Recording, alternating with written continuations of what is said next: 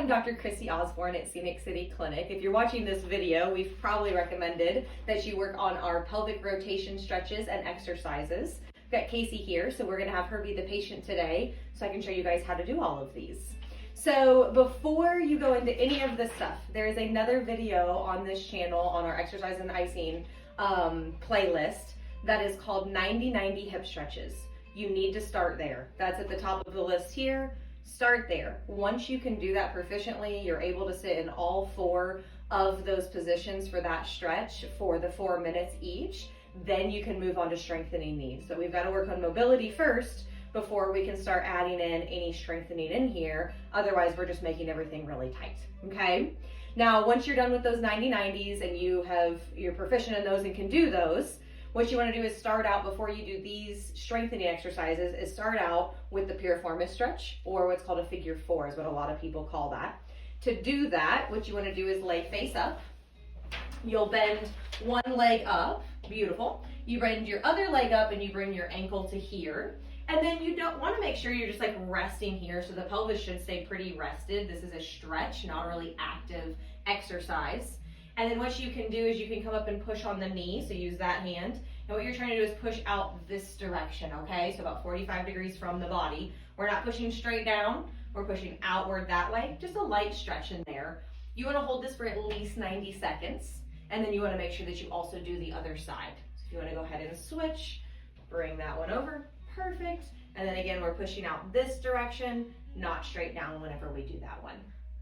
And then next, what we're going to do is move on to the glute bridges. What you want to do is you want to make sure you're focusing on the weak side. So just like we have a dominant hand, we're going to have a dominant leg as well. So if we are dominant on the right side, we're going to want to start with the left. I recommend you do both, but we want to make sure that we really exercise and strengthen the weak side so we can try to get balance in that pelvis. So the way that you do this bridge, what I'm going to have you do is you'll bend both your legs up first. And you're going to want to have a little bit of space between where the hips are at, where the pelvis is at, and the knees are at. So we're going to bring this out just a little bit and then stabilize, going to get yourself in a comfortable position where that feels comfortable there. Then what we're going to do, it's her left side that we need to work on. So we're going to straighten the right leg out. And this is just going to be used for stability. So you leave the heel on the ground there. This is to kind of help stabilize us. As you get better at this, then you can bring that leg up in the air, and so that you're putting all of the weight on this. But what we're going to do is leave the heel on the ground here just for some stability as we start out with the beginner side of this, okay? And then hands on the side, that's another bracing thing we'll do. And then what we're going to do is you're going to push through this heel and just raise the pelvis off the ground. Perfect. And then back down. And then as you do this, you take a deep breath in as we come up, and then exhale out as we go down.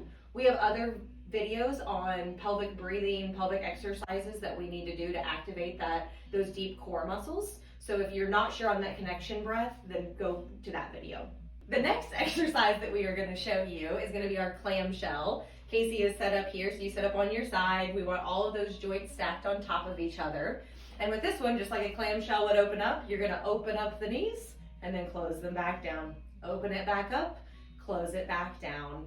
And then you're going to do that. We want to do sets of about 15, 3 sets of 15 on each side. So the biggest thing with this is slow and controlled. So make sure we are opening that up, flexing the glutes, and then relaxing that back down.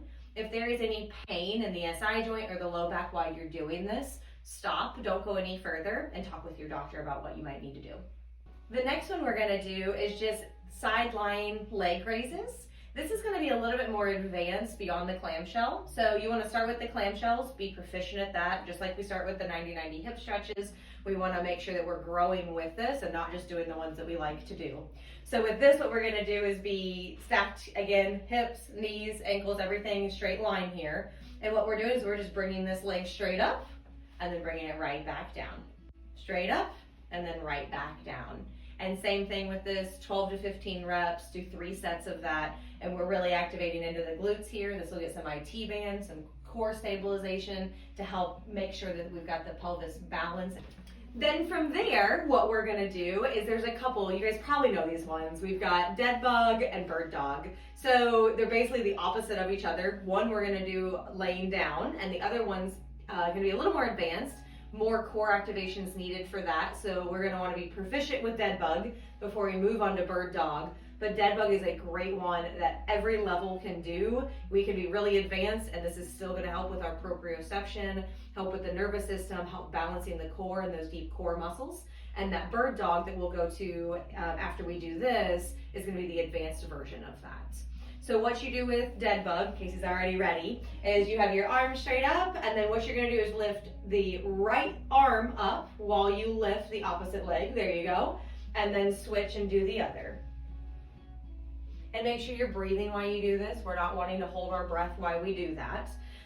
We want to make sure we're activating the core, using those deep core muscles, that pelvic floor to help with the stability. Again, all of this is about stabilizing the pelvis and that lower back so that we can stand longer, do more, and have a healthier spine. So the next thing we're going to go to is the bird dog, which again is opposite of dead bug. Put your head this way. There we go. And then on this one, what we're going to do is, so we're going to raise the right arm up and kick the left leg back, bring that down, and then do the other. Perfect.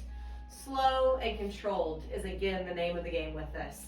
So we're not trying to come in here and just get through our 15 reps. We want to make sure we take it slow and controlled. And if we can only get through 5, that's what we can do for that day. But again, we want to make sure that we are proficient at the dead bug before we move on to bird dog. There's 3 more that we have left to do. They're all very easy to do. The first one is going to be wall marches. So you just want to make sure you've got a good stable wall to stand up next to. And then you're just going to march in place. So bring the leg up, drop it back down, and then do the other. That wall helps to keep us in place, gives us stability by also making sure we're focusing on the core of bringing our leg up with our core muscles and not recruiting other muscles for that. And then the next one we're going to do is a split squat. What we're going to do with that is it's basically a standing lunge. So there you go, perfect, set up like that, and then you just squat down and then back up. If you can get your knee to the ground, great. If you don't start there, that's fine. We want to go as low as we can safely and then right back up and do our reps on each side equally so we're building both at the same. And then the next one we're going to do is a walking lunge. So when you do that, you can do it in place where you bring a leg forward and then come back up, or there you go, and then switch sides. Or if you have the space, you can actually do that as a walking lunge. Let us know if you have any questions about these exercises. Again, I'm Dr. Christy at Scenic City Clinic.